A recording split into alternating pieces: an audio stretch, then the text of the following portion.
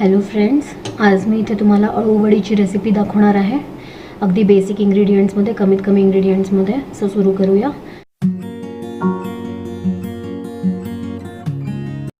इथे मी घेतलेलं 1 बाउल बेसन, 1 टेबलस्पून हळद आणि तिखट पावडर, चवीनुसार मीठ, 1 टेबलस्पून ओवा घेतलेला आहे आणि ही ड्राय मँगो पावडर म्हणजे आमचूर पावडर. अजून पुढे पाहूया. आणि इथे मी तळण्यासाठी तेल घेतलेलं आहे आणि हे अळूचे पानं घेतलेले आहेत. तुम्हाला जितके अळूचे पानं असतील, जसं डीप फ्राय जसं करायचं आहे तर त्या हिशोबाने तुम्हाला तेल घ्यावं लागेल. आणि पान मी इथे ठेवायला इथे एकच दाखवलेलं आहे, पण 2 ते 3 पानं साधारण एक वेळच्या वड्या, म्हणजे जर स्नॅक्स म्हणून तुम्हाला 1 प्लेट करायच्या असतील तर तुम्हाला 2 ते 3 पानं पण याच्यासोबत लागतील. आणि आता मी तुम्हाला दाखवते की रेसिपी कशी करायची आहे. आणि जितके पण मेजरमेंट्स आणि जितके पण प्रमाण आहेत ते मी सगळे डिस्क्रिप्शन बॉक्समध्ये तुम्हाला टाकणार आहे.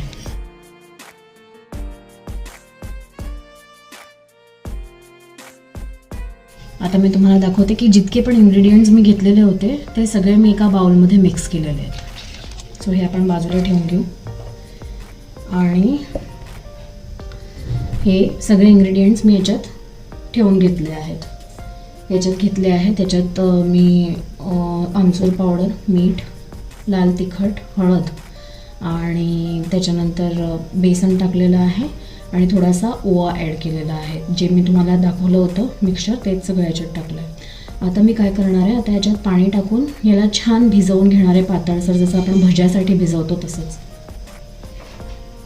सो हे तुम्हाला छान भज्यासारखं अगदी सडसडीत भिजवून घ्यायचं आहे.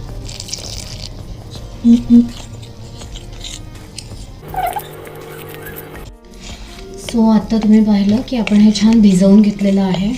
छान याची कन्सिस्टन्सी अशी छान भज्यासारखी झालेली आहे. आता आपल्याला हे पानांना लावून घ्यायचं आहे. ओके, सो हे मी बेटर बाजूला ठेवते.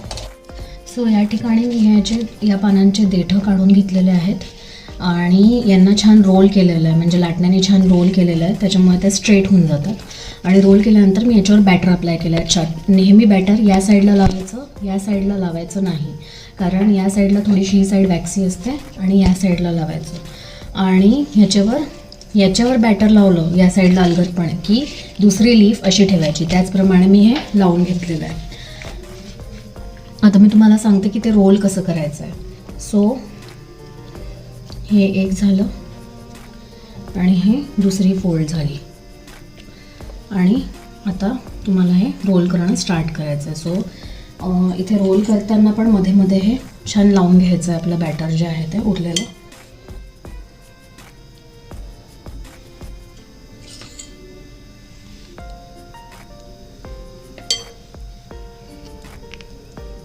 रोल केलं म्हणजे की तुम्ही जसं लाटणं एक वेळ फिरवून घेतलं ना तर त्याच्यामुळे रोल करणं सहज होतं. ते देठ थोडेसे जाड असल्यामुळे तुम्हाला कदाचित लाटणं नाही फिरवलं तर तुम्हाला त्रास होऊ शकतो.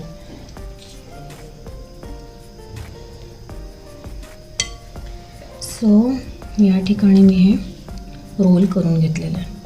आता मी हे एका ग्रीस लावलेल्या भांड्यात हे प्रॉपर असं ठेवून देणार, ग्रीस केलेल्या भांड्यात. म्हणजे मी ऑइलनी ग्रीस करून ठेवलं होतं कुकरचं भांडं. आणि शिट्टी काढून याला 15 मिनटं आपल्याला वाफ आणायची आहे. फक्त वाफ आणायची, फक्त स्टीम करायचं आहे, शिट्टी काढायची नाही आहे. सो इथे मी ह्या अळूवड्या वाफवून घेतलेल्या आहेत छान 15 मिनटं. त्या अशा आहेत आणि मग त्या कापल्यावर ह्या कापून घेतल्या छान मी. तर ह्या अशा छान गोल अशा कापल्या गेल्या आहेत, तुम्ही पाहू शकता. सो आता इथे मी या ठिकाणी तेल छान तापवून घेतलेलं आहे. छान तापलेलं आहे. आपल्याला याला डीप फ्राय करायचं आहे. तुम्ही याच्यात या एक करून टाकणार आहे.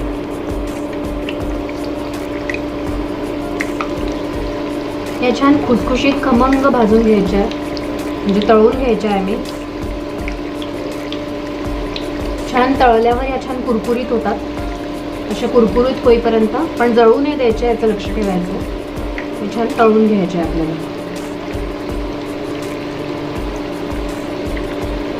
सो ही रेसिपी अगदी बेसिक मी तुम्हाला दाखवते आहे. म्हणजे बेसिक ज्या लोकांना अगदी कमी इन्ग्रेडियंट्समध्ये तुम्हाला जर करायचं असेल तर या सगळ्यात बेस्ट ऑप्शन आहे.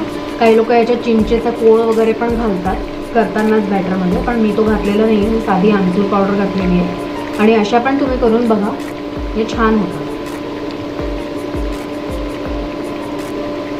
सो आता या मी डीप फ्राय करायला ठेवल्या आहेत.